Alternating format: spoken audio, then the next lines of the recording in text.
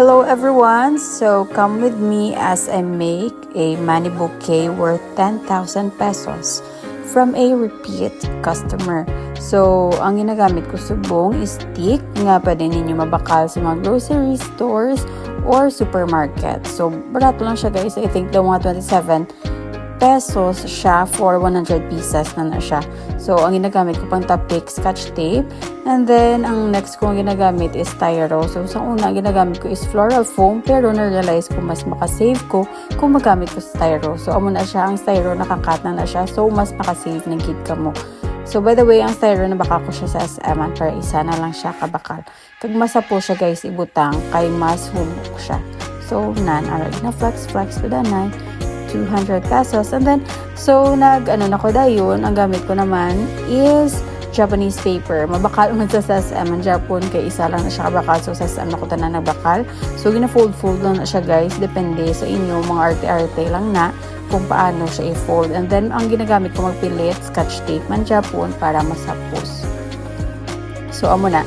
Nami siya kumayara sa Japanese paper sa front niya side para mas fluffy siya lang tawon, kag mas nami isa lang tawon kay may design siya, hindi makita ang mga stick na syempre gusto natin matago para mas beautiful ang aton yung money bouquet. So muna siya galakat-lakat ko da na gagibiyo ko da kay ambot anan ara. So ang next naman naton is ang flower tawag lang floral wrapper.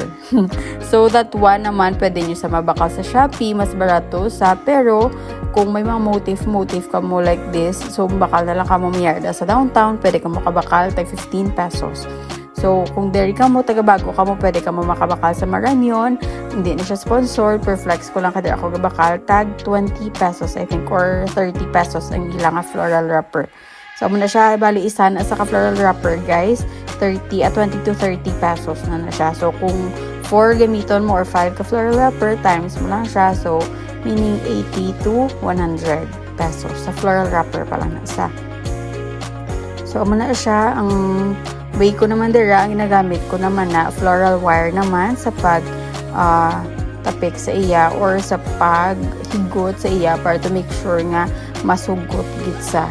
Kasi syempre labi nag-travel nyo sa tapos nag-tricycle ka mo so kapalit-palit sa hindi taman gusto maglapalit ang kwarta, di ba? So i-make sure tagit ang ginagamit ko is floral wire.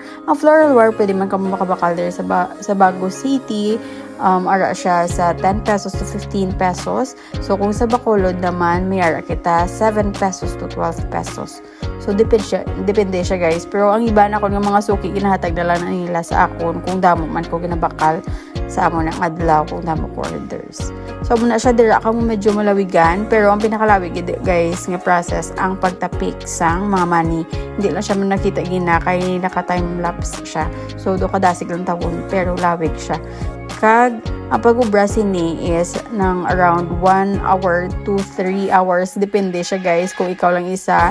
So, kung may upod ka, mas dasig sa kay uti-uti siya katama ang pagbutang sa mga money or namin ko pang pilit. Bala, depende sa design. So, ang amuni nga design, super lawig siya katama. That's why medyo pricey siya ang sukot kay tungod sa effort kay ginaputin ni mo, wala labot sa materials. Kag if may flowers ngay additional, ang flowers may additional man sa cost. So, amo na siya.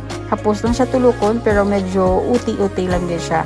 So, if gusto ninyo nga business man, pwede ka maka-start. Apuhunan nyo lang gid muna kapisan ng gid kag kauti ninyo kay super uti-uti gid siya.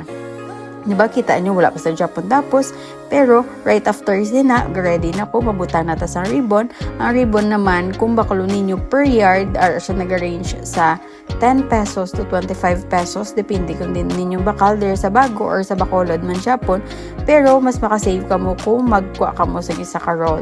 So, ang muna Japon guys, mas makasave ako sa Shopee, pero syempre hindi ta malikawan nga may mga customers kita nga may gid pingita ang motif. So, amo na siya ang pros and cons dira. And then, right after sang pagbutang naman sang ribbon, ginakato na punta niya para masikid siya lang tawon kag mas presentable siya. And then, right after, i-flex naman ni Watcharot. So, mabutang naman kita sang card dira. Nan, love you. So, So miyar kita sang card holder man, additional cost na siya guys, kag ang card additional cost man na siya. Pero sa ako nga costing dala na sila tanan.